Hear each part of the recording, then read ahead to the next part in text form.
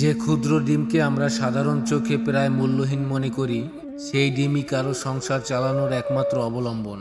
অন্যের চোখে তুচ্ছ হলেও পিঁপড়ে ডিম কারো কারো জীবনের সবচেয়ে বড় সম্পদ, যেখানে লুকিয়ে আছে কষ্টের গল্প, সংগ্রামের ইতিহাস আর পরিবারের হাসি টিকিয়ে রাখার অদম্য চেষ্টা।